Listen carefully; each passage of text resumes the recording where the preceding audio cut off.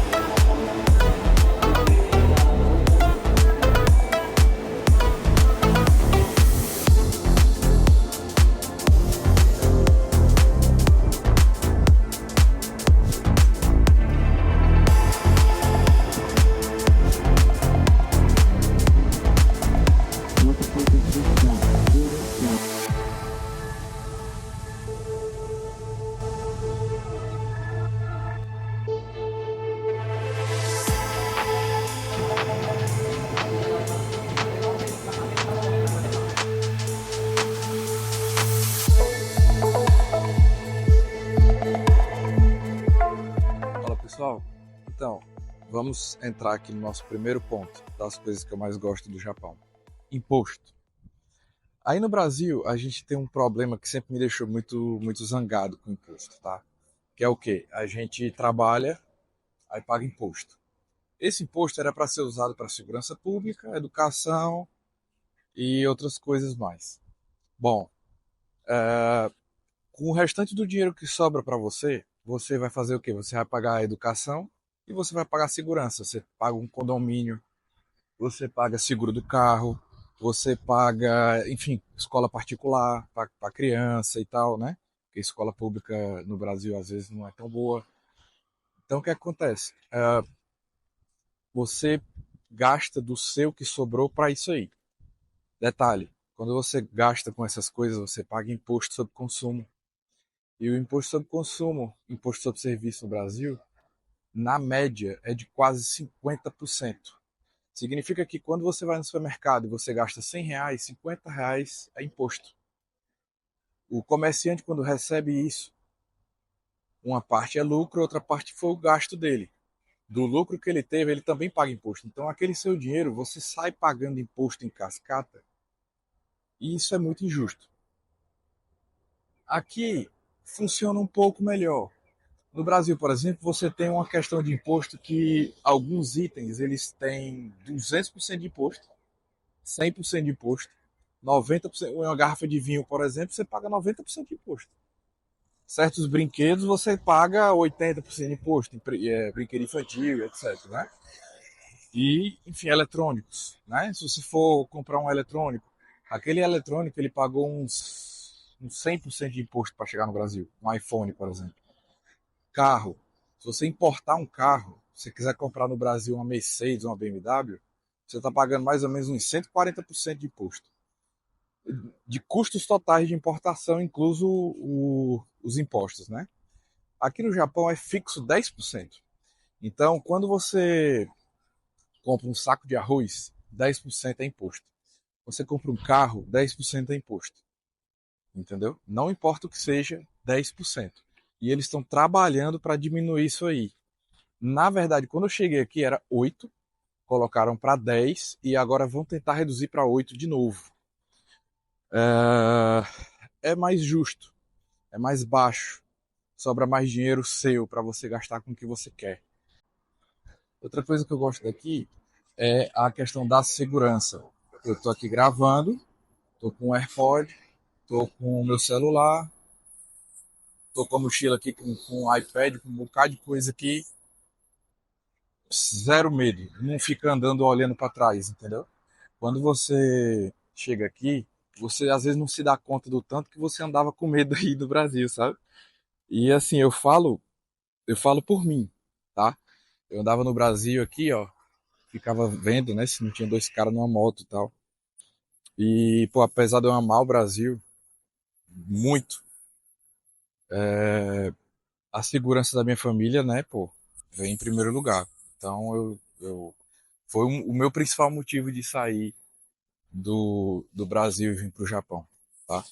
O Japão, ele tem uma taxa de homicídio de 0,25 por 100 mil habitantes, certo? Então, é muito baixo. Você tem, por exemplo, 5 mortes por arma de fogo por ano. 8 por ano no país inteiro. E mais ou menos 900 homicídios com outro tipo de arma. Faca, empurrou alguém na linha do trem, sei lá. Tem um monte de maluco aqui também, certo? Mas é diferente de 60 mil homicídios por ano, 50 mil homicídios por ano, como a gente, infelizmente, tem no Brasil, né? Aqui você não. E aí a gente entra também num aspecto social, que é o terceiro ponto aí da minha lista das coisas que eu mais gosto. A renda aqui é muito alta. Essa marca aqui, que todo mundo conhece, qualquer pessoa aqui pode comprar. Se eu entrar nessa loja aqui agora, eu consigo comprar qualquer carro financiado em 10 anos, pagando 2% ao ano de juros. Entendeu? Então, assim, se vocês viessem para o Japão, qualquer emprego que você conseguir aqui, você consegue financiar um Porsche desse aqui. Em 10 anos, você paga uma semana do seu trabalho. Então, assim, essa questão de renda, ela é muito boa. Como a renda aqui é alta, todo mundo ganha assim, um valor bom, assim, que dá para viver bem e tal. Você, consequentemente, tem um índice de criminalidade muito baixo. O próximo tópico aqui seria uma das coisas que eu mais gosto daqui. A gentileza, o respeito, tá? E o respeito pela sua individualidade. Ah, o pessoal que é muito frio, não gosta de pegar na mão, dar aperto de mão, abraçar. Gosta. Eles não fazem isso por respeito à sua individualidade, ao seu espaço. Então, quando você é amigo de um japonês, eles são bem assim, eles gostam de abraço. Apertar a mão, dar high five, né? Mas eles gostam muito de respeitar a sua individualidade, certo? E isso é muito bom, muito bom. É, tô olhando aqui na máquina se tem alguma coisa quente. Mas não, ó, tá tudo frio. Eles já trocaram todos os itens aqui para frio, porque a temperatura deu uma subida de leve. Eu queria um café, mas não, com café frio, é muito esquisito. Não dá não. Mas então, outro aspecto que eu gosto daqui demais são os preços. Os preços das coisas no Japão são muito baratos. O carro desse aqui, ó, ele zero, ele custa, sei lá, o equivalente a acho que 3 milhões de ienes. 3 milhões de ienes dá 3, 6, 9, 12, dá mais ou menos uns 100 mil reais. Só que 100 mil reais no Brasil, ele é o equivalente a, sei lá, 10 anos de salário mínimo. Não, não dá isso tudo não. Eu vou colocar na tela aí quanto que dá de salário mínimo. E aqui, esse mesmo valor, 3 milhões de ienes, é o equivalente a mais ou menos um ano do salário de alguém. O salário normal, um garçom, por exemplo, certo? Então, você pode pegar um carro desse aí, financiar 3 anos, 4, 5 anos, e é bem pagável, você não se aperta muito para comprar. Eletrônicos, mas principalmente comida, eu acho comida aqui um negócio muito barato. Um outro ponto da nossa lista aqui seria são os destinos. Você tem neve, você tem muita neve, você tem a cidade com mais neve do planeta Terra, lá no norte, lá perto de Sapporo, e você tem praias incríveis como Okinawa, que parece o Caribe, sabe? Você tem lugares realmente muito interessantes, uma acessibilidade maravilhosa, muitos trens, uma facilidade enorme para ir para o Havaí daqui. Coreia do Sul é do lado, China é do lado, Indonésia, tem muitos lugares assim, tipo Tailândia. Para ir daqui para lá é muito barato. Até para a Austrália, por exemplo, um voo para a Austrália está mais barato do que fazer São Paulo-Fortaleza, entendeu? E aqui você cruza quase metade do mundo para ir para a Austrália, né? Descendo, né? Outra coisa que eu gosto demais aqui é a taxa de desemprego. O Japão, ele tem uma taxa de desemprego de aproximadamente 2,5%. Isso é muito baixo, gente. É quase dizer que só está desempregado quem de fato não quer trabalhar. Ou o cara está estudando em alguma coisa, ou, enfim, é herdeiro, sei lá. Mas é muito difícil. Aqui, ó, aqui se você chega e você diz assim, pô, eu quero trabalhar, você consegue trabalho em dias. Um dia, 2 dias, 5 dias, entendeu? Facilita muito se você topar trabalhar com qualquer coisa. Quando eu cheguei aqui, me arrumaram um trabalho. Na semana que eu cheguei, um cara me ligou e ofereceu 5. Um era numa empresa de produtos químicos, a outra era numa empresa de logística e a outra era montando sensores, que foi esse que eu peguei. E tinha mais dois, um numa empresa de salsicha, mas esse de sensor aí era montando sensor para os carros da Toyota. Era uma fábrica que prestava serviço para uma outra fábrica que prestava serviço para a Toyota, né? Fabricava para a Toyota. E aí eu trabalhei lá uns 2 meses e era um trabalho temporário. E aí eu troquei para outra e depois fui para uma fábrica. Em uma fábrica eu fazia solda robótica. Muito interessante. E longe, muito longe. E enfim, emprego aqui, se você topar qualquer emprego, é só o que tem, tá? Você não fica sem emprego em tempo nenhum. Inclusive aqui é um problema. Você tem tanta facilidade para ter emprego a qualquer hora, sempre que você quiser, que a galera fica muito mole, certo? Pô, trabalho é trabalho em qualquer lugar, né? A gente, a gente não tem que amar o trabalho da gente, a gente tem que fazer bem feito. E se quiser fazer alguma coisa que você gosta, você junta dinheiro e experiência e você vai e faz uma coisa que você gosta e tal. Você tem que se esforçar, né? Mas geralmente, pô, um trabalho principalmente para uma pessoa que não tem experiência alguma, né, um entry level mesmo, assim, um moleque de 18 anos que acabou de sair da escola e vai arrumar o primeiro emprego, o emprego dele não é para ser maravilhoso, o sonho da vida dele. Não é assim que funciona, né? Então, assim, é muito normal você estar trabalhando numa empresa, entra uma pessoa lá, trabalha 2, 3 dias, pede demissão porque não gostou, sabe? Não tem aquela. É muito mole, assim, eu acho muito mole, assim. Essa geração mais nova agora, molecada, é muito fácil você ver isso acontecendo. Entra numa empresa, passa 2, 3 dias, no máximo uma semana. Ah, é pesado, sabe? E não é simples. Mas o cara não se dá o tempo, né? Não precisa. No caso do Brasil, não. A gente é mais casca grossa. A gente, pô, vou ficar aqui pelo menos um ano, né? Fazer o nome. pegar experiência, juntar um dinheiro. Quando aparecer o emprego tal que eu quero, aí eu vou.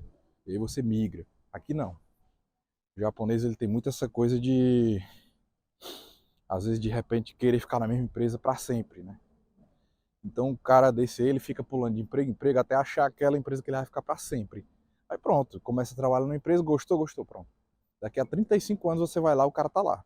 E o último ponto aqui da lista das coisas que eu mais gosto, que, enfim, são infinitas ainda, né? Mas eu vou encurtar por aqui, é a qualidade e a quantidade de opções de produtos que você tem. Por exemplo, Brasil a gente tem um problema. A gente não tem muitas opções. Você quer abrir uma conta num banco, aí você tem 4 bancos que você pode abrir conta lá. Você quer fazer uma viagem, você tem 3 ou 4 empresas aéreas para você comprar passagem, comparar preço e tal. O Japão tem 26 empresas aéreas e a quantidade de bancos eu não faço nem ideia. Cada cidade tem uma, por exemplo. Aqui, por exemplo, tem o Banco de Fukuoka. E, enfim, opções de carros usados, eletrônicos. Nossa, tem muita marca daqui que nem é conhecida aí. Elecom, puta marca boa, muito boa. E não tem em lugar nenhum do mundo, você só encontra aqui no Japão. Mas é uma marca daqui e é assim, é realmente de muita qualidade. Eu tenho um bocado de coisa dessa marca aí. Você tem muitos eletrodomésticos. Você tem muitas opções de tudo que você imaginar aqui. Você vai no supermercado, em vez de você ter lá, sei lá, 5 opções de ketchup para comprar, você tem 50 opções de ketchup para comprar, de marcas diferentes. Porque o Japão é aquela coisa, como é uma das maiores economias do mundo, você tem como uma competição enorme de marcas estrangeiras e locais para montar negócios aqui, né? Um outro ponto positivo é a qualidade do transporte público. O transporte público no Japão é muito bom. Trens, metrôs, enfim, ônibus. A qualidade é muito grande, muito grande. E eles são muito pontuais. Eles quase nunca se atrasam. Ônibus não tem jeito, depende do trânsito. Se estiver chovendo, vai atrasar. Mas eles colocam um efetivo muito grande para o atraso ser o mínimo possível. E ele é previsível. Você vê no ponto de ônibus a quantas paradas ele está de chegar e você vê no aplicativo quantos minutos ele está atrasado. É, rapaz, um negócio realmente muito bom. É, então, uma das coisas que eu mais gosto também é essa questão da mobilidade urbana aqui do Japão. Pronto, pessoal, agora eu vou trabalhar e quando eu sair a gente vai falar dos pontos negativos, tá? Os pontos negativos, isso é muito importante, até para a gente ver que não existe lugar perfeito no mundo e que a gente também tem que valorizar muito o Brasil, enfim. Eu vou trabalhar, quando sair daqui eu vou dar uma volta com vocês ali em Hakata de novo, ou então talvez Tendim, eu ainda vou ver para onde é que eu vou daqui depois do trabalho, e aí a gente vai falar dos pontos negativos, que também não são poucos. Fala pessoal, terminamos aqui a aula, foi show, e agora a gente vai para casa. 4 da tarde, tá bem suave, o clima tá bonito, e é isso aí. Foi um dia maravilhoso, o clima tá ótimo, fazendo 19 graus. E tá um solzão. Aí tá bem legal, tá bem quente. Alô!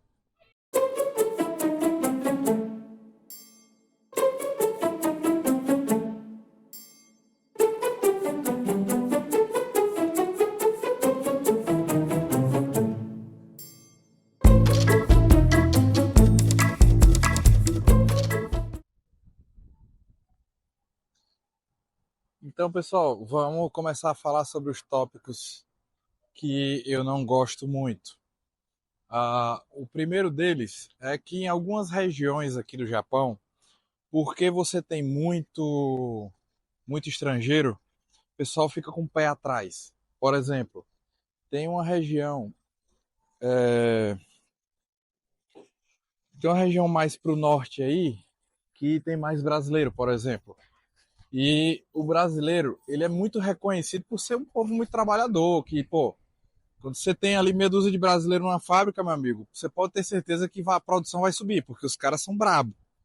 O pessoal que trabalha em fábrica, eu digo porque eu já trabalhei em fábrica e eu conheço os brasileiros que trabalham em fábrica. Você pode ter certeza que eles trabalham mais do que um japonês.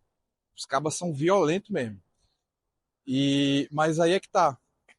No início dos anos 2000, quando começou essa leva grande de gente vindo do Brasil e tal, ficava o casal de brasileiros trabalhando 10, 15, 16 horas por dia. E às vezes a criança crescia sem pai e sem mãe. E acabava virando. Não é que vira bandido, mas vira aquele moleque meio delinquente. Sabe? Entra num combine, né, na lojinha de conveniência, aí apronta, tipo, quer sair sem pagar, só pela farra. Sabe? Tem até dinheiro para pagar, mas quer sair sem pagar só pela bagunça. Entra falando alto, bebe, sabe? E fica bagunçando em público. Outra coisa, questão de diferença cultural mesmo. No Brasil tá tudo bem você entrar no ônibus e falar no celular e tal. Aqui você não pode fazer isso. Aqui você não pode, assim, não é contra a lei, mas tem uma regra meio que uma regra social onde ninguém faz isso e ninguém gosta se você fizer e o motorista vai reclamar se você fizer, entendeu? Então, esse tipo de coisa aí, como por exemplo, aqui na minha região, quase não tem brasileiro, quase não tem estrangeiro até. Mas pro norte tem muito. Tem uns 300, 400 mil brasileiros nessa região. Então, por causa dessa molecada que, porque os pais trabalhavam muito, eles acabaram crescendo e criando um ou outro problema ali, lógico. Não é todo mundo, gente. Uma minoria muito inexpressiva, é muito poucos casos que acontecem disso aí. Só que como é com um estrangeiro, chama atenção. E, é, e aí ficou uma fama ruim em uma ou outra região, certo? Desse tipo de coisa acontecer, é brasileiro, então bagunça, sabe? E esse é um aspecto negativo. Em algumas cidades, muito casos isolados, em algumas regiões, casos isolados, você vai ter caso de racismo contra brasileiro. Mas de novo, caso isolado, entendeu? Não é sempre. Não é em todo lugar. Eu nunca vi isso nem de perto, nem de longe. Eu nunca vi isso nem de longe aqui. Nunca passei por isso. Dos meus amigos, ninguém nunca passou por isso. Passou assim, o cara trabalhava numa empresa que tinha um chefe que era um babaca, sabe? Mas fora isso aí, assim, de ser uma coisa generalizada, de o cara, tipo, no condomínio do cara tem racismo contra ele. E lá no trabalho também. E lá onde ele almoça também. Não, não, isso não existe, certo? Pelo menos eu nunca vi, nem nunca ouvi falar. Conheço gente que mora aqui, brasileiro que mora aqui há mais de 20 anos.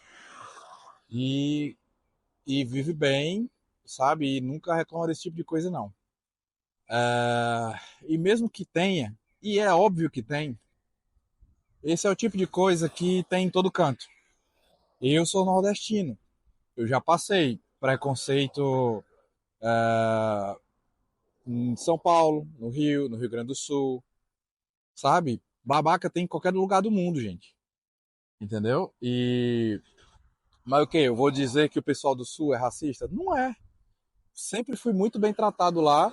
Morei no Rio Grande do Sul uns 4, 5 meses. Inclusive eu morei em Eldorado do Sul, que infelizmente aí foi devastado por essa água aí. Horrível essa situação do Rio Grande do Sul. É assustador o que aconteceu ali. Não desejo a ninguém. E o pessoal do Rio Grande do Sul é conhecido por ser muito trabalhador, por ser muito bom de relacionamento. Eu gostei demais do período que eu passei lá. Eles são, assim, pessoas ótimas, a comida de lá é maravilhosa, a cultura do Rio Grande do Sul é incrível. Agora, tinha dois caras que eu conheci em 4 meses, onde eu tive contato com centenas de pessoas. Teve dois, que tiveram atitudes mais racistas, certo? Eram pessoas cheias de preconceito e tal. Então, se dentro do Brasil você tem num estado que tem preconceito contra outro estado, certo? O pessoal do Ceará tem preconceito com o pernambucano, o pessoal do Pernambuco tem preconceito com o Ceará, o pessoal do Rio São Paulo tem preconceito com o baiano, chama nordestino de Paraíba. Pô, então você vai chegar em outro país e achar que não existe ninguém que seja assim também, entendeu? Então ter tem. E esse é um ponto negativo, inegável. Outro ponto negativo aqui, pessoal, é o idioma. Eu vou usar isso aqui, ó. Acabei de passar em frente a um. Isso aqui é um exemplo, ó. Isso aqui é um hiragana. Isso aqui eu acredito que também seja um hiragana, mas pode ser um katakana também. Mas, ó, isso aqui hiragana, hiragana, hiragana. Isso aqui também. Isso aqui é kanji. Isso aqui é hiragana, isso aqui também. Esses aqui são kanjis. Isso aqui tá com jeito de ser katakana. Isso aqui também. Então, assim, aqui, numa sentença dessa, você tem hiragana, você tem kanji, certo? Você tem katakana. Aqui, ó. Isso aqui é katakana. Aí mistura com kanji, certo? O idioma, aqui, ó, por exemplo, que empresa é essa daqui? O que é que eles fazem? O que é que eles vendem? Não dá para você saber, certo? Na Alemanha, por exemplo, se você chegar, você vê isso aqui, ó, em alemão, aí você consegue ler. Tipo aqui, ó, nursery school, certo? Tem uma criança aqui, então você sabe que isso aqui é uma creche, tá? É... Isso aqui, ó, save your teeth. Teeth, é dente. Então isso aqui, ó, dental. Isso aqui é um dentista. Por quê? Porque você tem umas palavras que você começa a assimilar. Mas isso aqui é o quê? Isso aqui é um restaurante, é uma clínica, é uma casa de massagem aí, enfim, o que é isso aqui? Certo? De fisioterapia, né? Enfim, tem muito aqui. Não sei. Isso aqui, ó.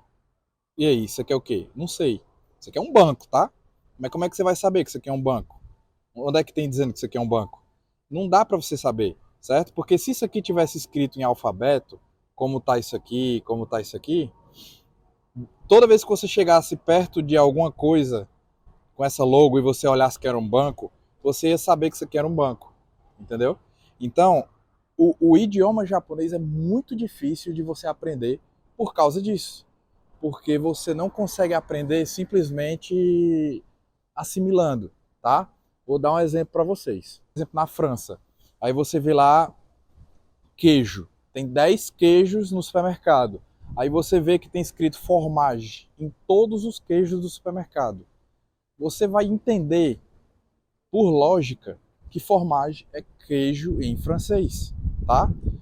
Aqui no Japão não dá, porque os caras misturam hiragana, que é uma espécie de alfabeto com 83 caracteres.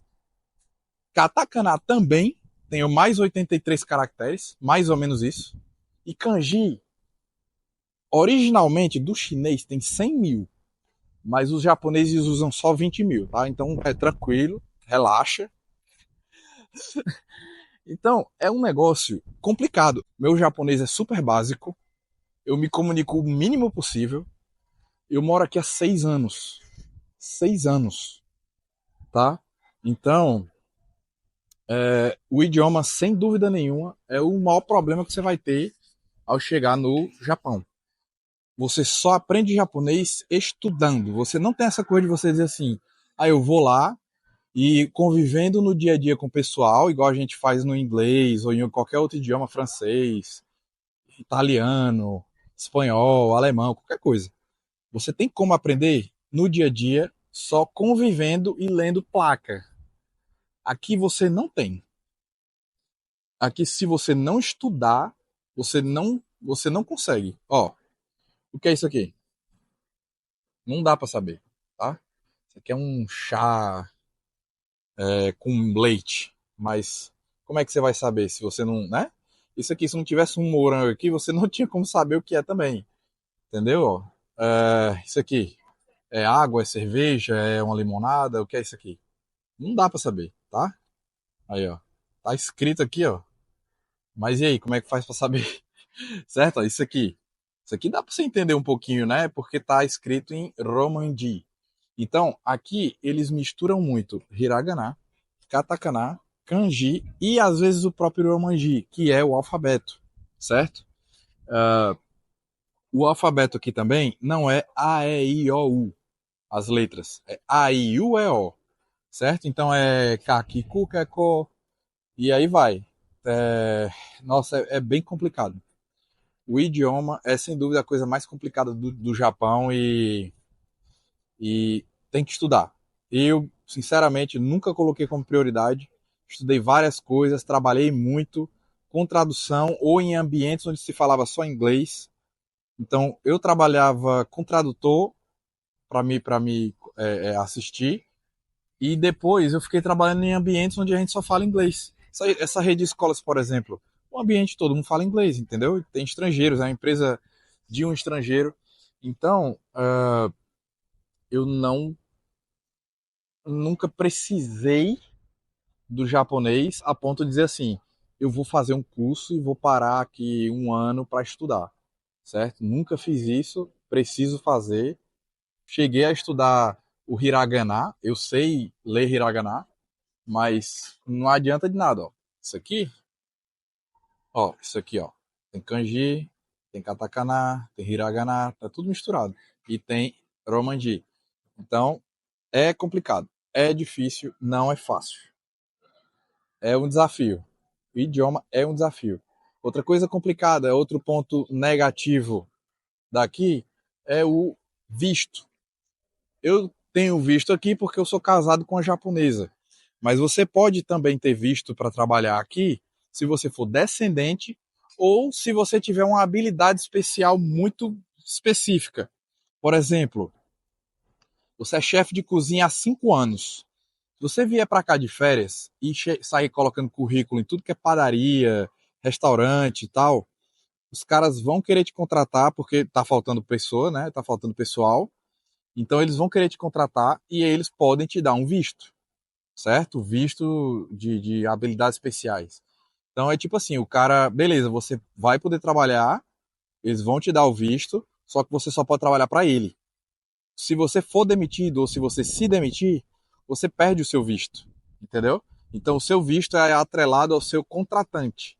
A mesma coisa para programadores, para designers. Se você tem bastante experiência na sua área de trabalho, você pode vir para cá de férias ou qualquer coisa, despretensiosamente, e você pode sair aplicando aí. Se você encontrar alguém que tope te dar o visto de trabalho, certo? Ó, por exemplo, lá na escola a gente está precisando de professor. Então, se tiver algum professor de inglês aqui no Japão já, dá para entrar em contato com a gente, eu mesmo consigo entrevista.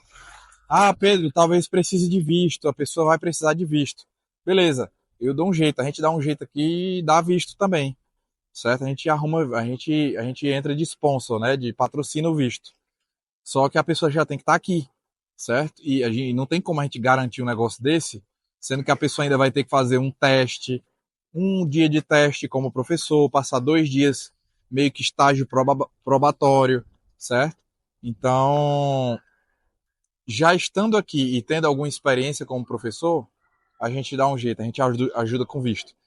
Então, o visto é complicado, não é como o Canadá, que você compra um curso e tem direito a visto, e esse visto pode te dar uma oportunidade de trabalhar mais tempo e tal, mas é muito restrito. Por exemplo, o meu visto hoje é o visto de cônjuge. Eu poderia, na última vez que eu apliquei, ter pego o visto permanente, mas é muita documentação, é muito complexo, e se você cometer um erro, eles vão negar. Então eu preferi, pô, eu tinha 3 anos de visto de cônjuge. E agora eu peguei mais 5 e despreocupado, certo? Mas daqui a uns 3 anos, mais ou menos, eu acho que eu vou aplicar o de permanente, o de residente. Só pra gente poder comprar uma casa que a gente tá querendo comprar, né? Mas talvez a gente compre antes. Então, assim, até pra gente, por exemplo, no meu caso, eu sou casado com a japonesa. Nos Estados Unidos, se eu fosse casado com uma americana, eu tinha o green card automático, em 2 anos eu tinha cidadania. No Japão, eu tenho um ano de. Assim, no meu caso, eu peguei direto de 3 anos. Mas geralmente o pessoal pega 1 ano de visto de cônjuge, renova por mais 3 anos, e se você em 3 anos de casado morou pelo menos 1 ano no Japão, ou de 3 anos você morou 2 no Japão, é alguma coisa assim. Você também tem o direito de aplicar o visto permanente, tá?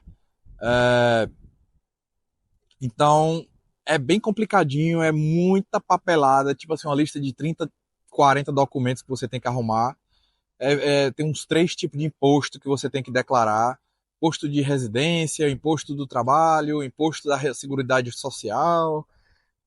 Se tiver qualquer coisa errada, atrasou um pagamento uma vez, sei lá. Tudo isso aí pode ser um fator que vai colaborar para eles proibirem aí, para eles negarem, tá? O visto também é um ponto negativo. É bem complicado.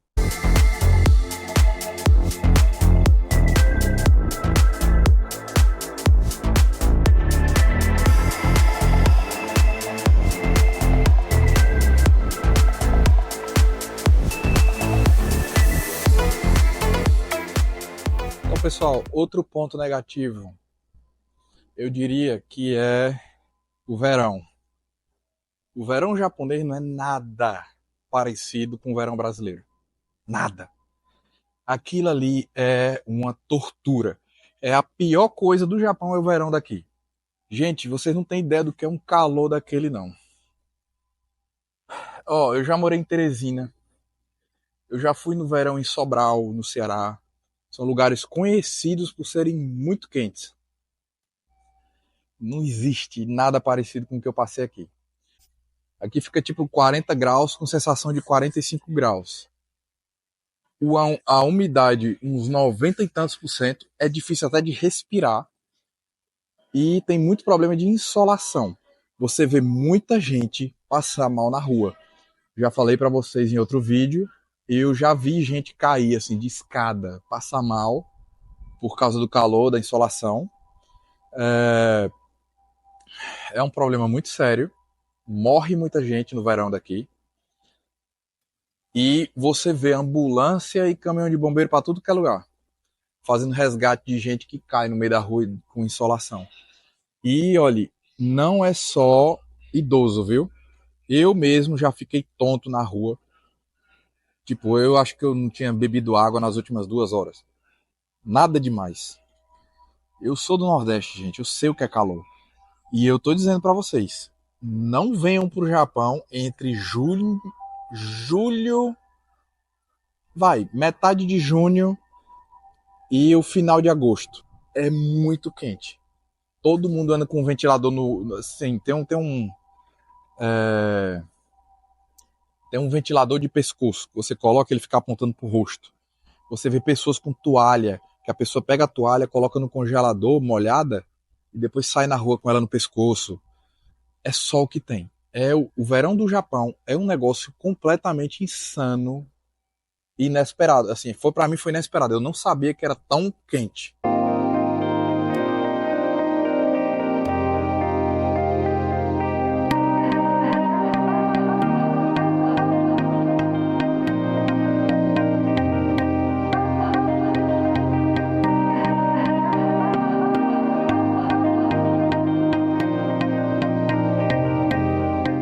Pessoal, outros pontos negativos, no caso, é a diferença salarial, que é, por exemplo, é muito fácil um homem arrumar um emprego que comece ganhando 300 mil ienes.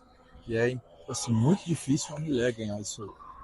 Na própria vaga de emprego tem escrito salário, tem lá, sei lá, procurar emprego para inspeção de linha de montagem. Aí tem lá salário, aí tem assim, homens 1.500, mulheres 1.200. Na própria descrição da vaga já tem isso. Parece assim loucura, mas isso infelizmente é comum. Já foi mais comum, você via muito mais isso. Hoje em dia, ainda bem assim, não tem mais tanto disso, mas é uma coisa que já aconteceu muito, ainda acontece muito e não é ilegal, completamente normal, tá? E eu acho horrível isso aí, por motivos óbvios.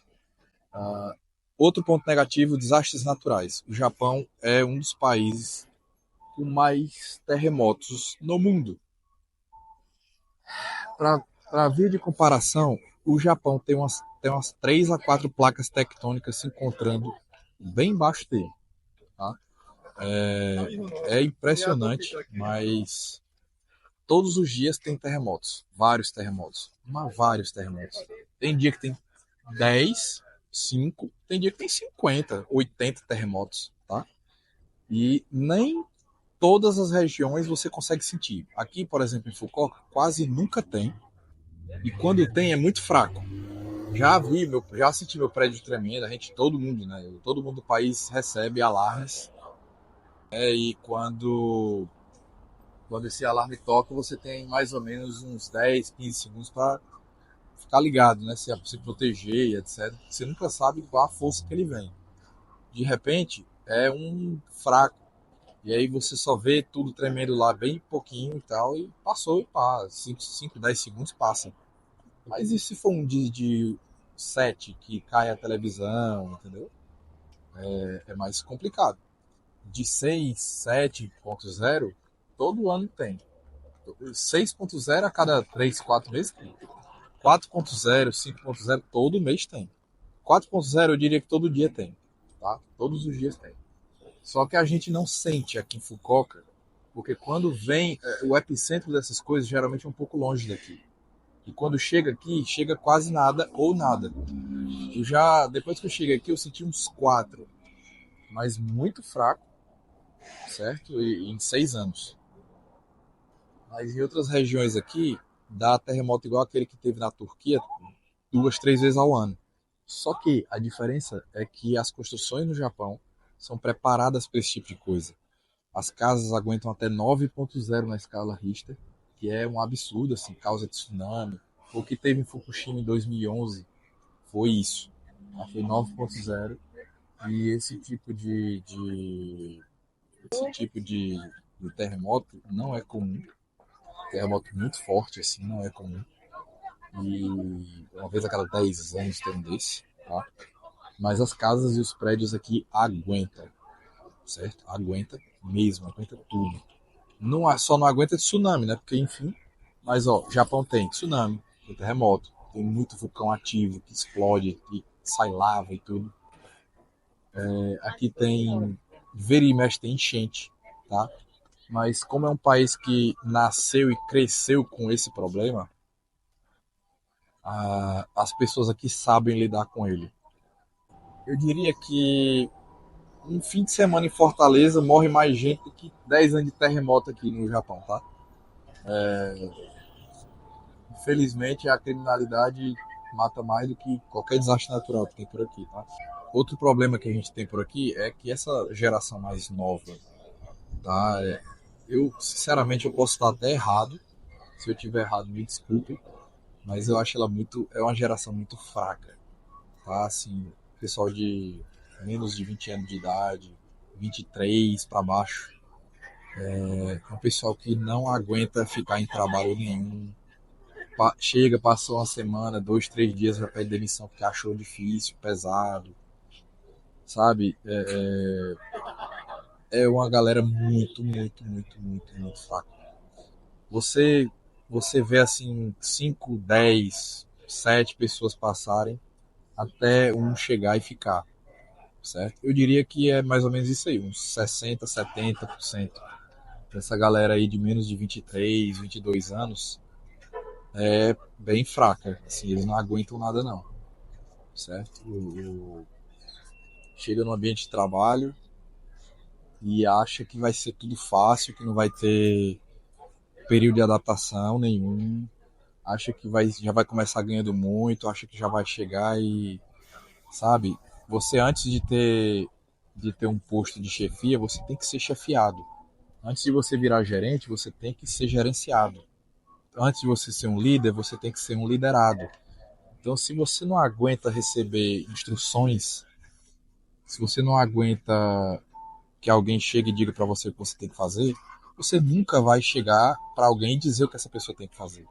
Se você nunca passar por isso, você nunca vai ser um gerente, você nunca vai ser um diretor, um presidente, nada desse tipo aí, tá? É muito. Isso é uma regra universal. Para servir, para ser servido, você antes tem que servir, né? Então, se você quiser passar, enfim, se você quiser um dia ser um presidente de uma empresa, você um dia vai ter que ser estagiário, você um dia vai ter que ser supervisor, analista, né, supervisor, gerente, diretor, até um dia chegar a ser presidente de alguma empresa. Você não começa por cima, ninguém começa a construir uma casa pelo telhado. Infelizmente, eu acho que essa geração aí que está começando no mercado de trabalho agora sofre desse problema aí, tá? Mas é aquela coisa, a vida ensina e logo logo esse pessoal vai tá curado, acredito eu, né? Tá?